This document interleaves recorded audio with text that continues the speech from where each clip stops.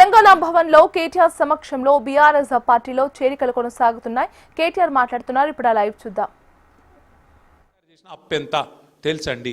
ఎందుకంటే deputy CM ఏమో బట్టి విక్రమార్కనేమో 6 లక్షల కోట్లు అంటుండు, ముఖ్యమంత్రి రేవంత్ రెడ్డి ఏమో 8 లక్షల కోట్లు అంటుండు, జూపల్లి కృష్ణారావు 7 లక్షల కోట్లు అంటుండు. వీళ్ళకే శృతి లేదు మంత్రులకు. అసలు విషయం ఏంది చెప్పండి అని ఒక బీజేపీ ఎంపీ కేంద్ర ప్రభుత్వాన్ని అడిగితే, కేంద్ర ప్రభుత్వం రిజర్వ్ బ్యాంక్ని అడిగింది, కంట్రోలర్ అండ్ ఆడిటర్ జనరల్ని అడిగింది, కాగ్ని అడిగి మొత్తం లెక్కలు తీయమంటే వాళ్ళు మొత్తం హిసాబ్ కితాబ్ చేసి పార్లమెంట్లో సమాధానం చెప్పారు. ఏమని చెప్పిండ్రు?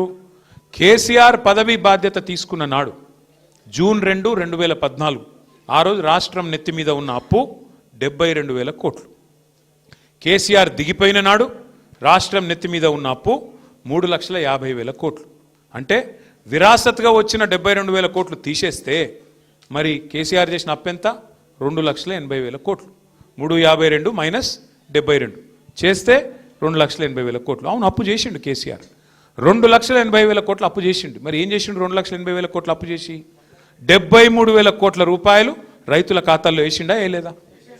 జిల్లాకు ఒక మెడికల్ కాలేజ్, నర్సింగ్ కాలేజ్ పెట్టిండా పెట్టలేదా? 1,022 గురుకుల పాఠశాలలు పెట్టిండా లేదా? కరెంటును బాగు చేసేందుకు 50,000 కోట్లు ఖర్చు పెట్టి కరెంటును బాగా చేయలేదా? అట్లాగే 40,000 కోట్లు ఖర్చు పెట్టి ఇంటింటికి తాగునీరు ఇయ్యలేదా? మరి ఇన్ని పనులు చేసిండు కేసీఆర్ గారు. 1,00,000 డబుల్ బెడ్రూమ్ ఇల్లు కట్టిండు హైదరాబాద్లో. ఇవన్నీ మన కళ్ళ ముంగట కనబడతలేవు. ఇప్పుడు కొల్లూరు ఓంగా, అహ్మద్గూడ ఓంగా, మొత్తం చుట్టూ తిరగంగా 1,00,000 డబుల్ బెడ్రూమ్ ఇల్లు మీ కళ్ళకు కనబడుతున్నాయి. మరి కేసీఆర్ ఏం చేసిండు అంటే 200 పెన్షన్ 2,000 చేసిండు, 200 పెన్షన్ను 2,000 చేసిండు. 15 లక్షల మంది ఆడపిల్లలకు 1,00,000 రూపాయలు ఇచ్చి పెళ్లి చేసిండు. 15 లక్షల మంది ఆడపిల్లలకు కేసీఆర్ కిట్ ఇచ్చిండు. ఆడపిల్ల పుడితే 13,000 ఇచ్చిండు, మగపిల్లగాడ పుడితే 12,000 ఇచ్చిండు. నువ్వేం చేసినావు చెప్పు జరా. 2 ఏళ్ళే కదా నువ్వు వచ్చి. ఒక్క ఇటుకే పెట్టినావు ఎక్కడన్నా? ఒక్క పొగ తవ్వినావా ఎక్కడన్నా? ఒక్క మనిషికి సాయం చేసినవా? ఒక్క కొత్త పని పథకం మొదలు పెట్టినవా? ఒక్క ఇందిరమ్మ ఇండ్లు అంటాడు. హైదరాబాద్లో ఒక ఇందిరమ్మ ఇల్లు కట్టినవా? చూపెడతావా ఎక్కడన్నా? 2 ఏళ్ళు సరిపోలేదా మరి? అందుకే నేను అంటున్నా, బండ్లగూడలో ఏమైనా కట్టిండా అని అడుగుతుంది అక్క. ఆయన కట్టేటోడు కాదక్క, కూలగొట్టేటోడు. ఆయన కూలగొట్టేటోడు. హైడ్రా అని చెప్పి గరీబోళ్ళ ఇళ్ల మీద పడి కూలగొడతాడు. మరి అదే పట్నం మహేందర్ రెడ్డి బిల్డింగ్ కనబడతలేదా? కొత్తవాళ్ళగూడ చెరువు మధ్యలో, ఆ చెరువులో మధ్యలో కట్టిండి ఆ గెస్ట్ హౌస్ హిమాయత్ సాగర్లో. మరి దాని ఎందుకు కూలగొడతలేడు? గరీబోళ్ళదేమో అల్కగా దొరుకుతారట, హైడ్రా బీడ్రా అని వచ్చి కొడతారు. మరి ఆయనది కనబడది. ఇప్పుడు హిమాయత్ సాగర్ చెరువు దగ్గర కోదంపా, కేవీపీ రామచంద్రరావు లేదాడ, వివేక్ వెంకటస్వామిది లేదు మంత్రిది. మరి ఈ పెద్ద పెద్ద సిపాయిలేదేమో కనబడతలేవా మీకు? అంటే గరీబోడేమో పొంగులేటి శ్రీనివాసరెడ్డి లేదా? నేను అదే అంటున్నా. మరి గరీబోళ్ళేమో అల్కకు దొరుకుతారు నీకు. పెద్ద పెద్ద మూసీకి అడ్డం కడుతున్నాడు నార్సింగిలా, మూసీకి అడ్డం కడుతున్నాడు ఒక ఆయన పెద్ద బిల్డింగ్. ఏంద్రా అంటే 50 కోట్లు ఇచ్చిండట లంచం, చూసుకోపో అని చెప్పి ఆయన చేసుకుంటారు. ఒక గట్లు ఉన్నది కథ ఇల్లది. ఇక మీ ఎమ్మెల్యే ఉన్నాడు, ఇక అంటే బాగుండదు. ఇప్పుడు మరి లేడీస్ చాలామంది ఉన్నారు. ఇప్పుడు నాకు తెలిసి 2 లింగాలు ఉంటాయి, అయితే మగోళ్ళు లేకపోతే ఆడోళ్ళు. ఇవాళ ఈ 10 మంది పరిస్థితి ఏంటంటే వాళ్ళు ఎక్కడున్నారో వాళ్ళకి తెలియదు, వాళ్ళు ఏ లింగమో వాళ్ళకి తెలియదు. నువ్వు కాంగ్రెసా బీఆర్ఎస్ చెప్పురా భయ్ అంటే ఆడనేమో కాంగ్రెస్ అట నియోజకవర్గంలో, స్పీకర్ కాడికి రాగానే బీఆర్ఎస్ అట. నేను అడుగుతున్నా, నువ్వు నిజంగా బీఆర్ఎస్ అయితే మరి ప్రేమ్ గౌడ్ ఇక్కడ జాయిన్ అవుతావు, నువ్వే ఆడున్నావు? బీఆర్ఎస్ అయితే ఇక్కడ ఉండాలా లేదా? నువ్వు మరి ఏడున్నావు? ఈ బతుకు అవసరమా? 4 సార్లు గెలుస్తుంది, 40 సార్లు గెలుస్తుంది. అందుకే అంటారు పెద్దలు చెప్తారు, నందేయి పందేయి 100 ఏళ్ళు బతికింది దానికంటే నందేయి 4 ఏళ్ళు బతికింది అని ఏమాట. పంది లెక్క 100 ఏళ్ళు బతికిన దానికంటే నంది లెక్క 4 ఏళ్ళు బతికినా చాలు. ఇప్పుడు జీవితం అంతా అందరం చస్తాం ఏదో ఒక రోజు. బతికిన 4 ఖదర్తో బతకాలి. చచ్చిపోతే కూడా మంచోడు చచ్చిపోయిండ్రా అనాలి. చచ్చిపోతే బద్మాష్ గడ్డ చచ్చిపోయినా ఏం అనుకుంటే కష్టం.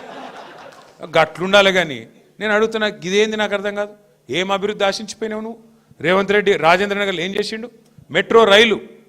మేము గచ్చిబౌలి నుంచి శంషాబాద్కు మెట్రో రైలు మంజూరు చేయడమే కాదు, టెండర్ కంప్లీట్ చేసినాం, పైసలు మొత్తం పోగు చేసినాం, టెండర్ పూర్తయింది. L&T అనే కంపెనీ ఏదైతే మెట్రో కట్టిందో వాళ్ళకే వర్క్ వచ్చింది. సరిగ్గా ఈ పాటికి 2 ఏళ్లలోనే పని పూర్తయి ఈ పాటికి చుక్ రైలును ఉరుకుతున్నాయి మీ కాడికి. ఎందుకంటే మీ దగ్గర ల్యాండ్ అక్విజిషన్ లేదు, భూసేకరణ లేదు. మంచిగా ORR పక్కెంబడినే తీసినాం తొవ్వ కూడా. అందులోకెళ్ళే పెడితే అయ్యిపోతుండే. ఈ పాటికి 18 నెలలు ఒడిచిపోతుండే. ఈ పాటికి మీకు రైలు కనబడుతుండే. ఈ రైలు రేవంత్ రెడ్డి ఎంత మూర్ఖుడు అంటే ఆయనకు తెలియదే అర్థం కాదు. చెప్తే ఈనాడు ఆయనకు నేను చెప్పిన అసెంబ్లీలో కూడా, అయ్యా నీకు అర్థం కావట్లేదు ముఖ్యమంత్రి గారు, అది ఎయిర్పోర్ట్కు రైలు అంటే ఎయిర్పోర్ట్కు పోయేటోడు ఎక్కడరా అయ్యా, మధ్యలో నర్సింగ్ ఉంటుంది, బద్వేలు ఉంటుంది, మధ్యలో బండ్లగూడు ఉంటుంది. ఆడ ఉండేటోళ్ళు ఉంటారు, ఎక్కేటోళ్ళు దిగేటోళ్ళు, ఇటు వచ్చేటోళ్ళు పోయేటోళ్ళు, వాళ్ళు కూడా ఎక్కుతారా నాయన? ఓన్లీ ఎయిర్పోర్ట్కి పోయి ఎయిర్పోర్ట్కి వెళ్ళి వచ్చేటోళ్ళు రారు అని చెప్తే మెమ్మెమ్మే బెబ్బెబ్బే తెలియదు పీకదు. అంటే ఇంత అన్యాయమా? రాజేంద్ర నగర్ నియోజకవర్గం బాగుపడుతుందంటే నీకెందుకు బాధ? ఆయనకి ఎవడో చెప్పిండంట రేవంత్ రెడ్డికి, నా భూములు ఉన్నాయంట, అందుకోసం నేను రైలు వేసుకున్నా అంట. ఏం చెప్పాలి ఇంకా ఆయన గట్లా ఆలోచిస్తే? దయచేసి నేను మిమ్మల్ని మీకు రిక్వెస్ట్ చేసేది మీ అందరికి కూడా, మనము ఆలోచించుకోవాల్సింది ఒకటే. ఇవాళ పదవులు వస్తాయి పోతాయి, అధికారం కూడా వస్తుంది పోతుంది. అధికారం ఎవరికి శాశ్వతం కాదు. కానీ అధికారంలో ఉన్నప్పుడు ఏం చేసినాం అనేది ప్రజలు గుర్తుపెట్టుకుంటారు. ఇవాళ ప్రజలు కేసీఆర్ గారిని గుర్తు చేసుకుంటున్నారు అంటే, రాజశేఖర రెడ్డి గారిని గుర్తు చేసుకుంటున్నారు అంటే, చంద్రబాబు నాయుడుని గుర్తు చేసుకుంటున్నారు అంటే, ఆ రోజు వాళ్ళు చేసిన పనులు ఇంకా కొన్ని కనబడుతున్నాయి కాబట్టి యాద్ చేసుకుంటున్నారు. నేను రేవంత్ రెడ్డికి చెప్తా ఉన్నా, ఇంకా 3 ఏళ్ళు నీకు పదవి ఉన్నది. ఏమన్నా ప్రజలు గుర్తు చేసుకునే మంచి పనులు చేయి, లేకపోతే నేను ఇదివరకు చెప్పినా మళ్ళీ చెప్తున్నా. అప్పుడప్పుడు అంటుంటాడు రేవంత్ రెడ్డి గారు నన్ను, నువ్వు అయ్య పేరు చెప్పుకొని బతుకుతున్నావు అంటాడు. నేను చెప్పిన అవును, మా అయ్య పేరు కేసీఆర్, మా అయ్య గొప్పోడు, రానే రాదనుకున్న తెలంగాణను తెచ్చిన మొగోడు మొనగాడు కేసీఆర్. నేను బరాబర్ చెప్పుకుంటా, తప్పేందుకు అవుతుంది అది? నువ్వు కూడా మంచి పనులు చేయి, నువ్వు కూడా మంచి పనులు చేస్తే నీ మనమడు చెప్పుకుంటాడు రేపటి రోజున. లేకపోతే నువ్వు ఇవే పనులు చేసుకుంటూ పోతే చీ మా తాత మంచోడు కాదు, నేను ఆయన పేరు చెప్పా అంటాడు. ఒక అట్లా అవుతుంది నీ బతుకు. అందుకే ఇంకా 3 ఏళ్ళు ఉన్నది. చేసిన మోసం సాలు, పాలన మీద దృష్టి పెట్టు, 6 గ్యారెంటీల అమలు మీద దృష్టి పెట్టు. మహిళలకు చెప్పినావు 2500 ఇస్తాను ఇయ్యు, ముసలోళ్ళకి చెప్పినావు 4000 ఇస్తాను ఇయ్యి, స్కూటీలు అన్నావు, విద్యా భరోసా కార్డులు అన్నావు, ఫీజులు ఇస్తా అన్నావు, 12500 ఫీజు రీయింబర్స్మెంట్ బాకీ పెట్టినావు. మంచి పనులు చేయి.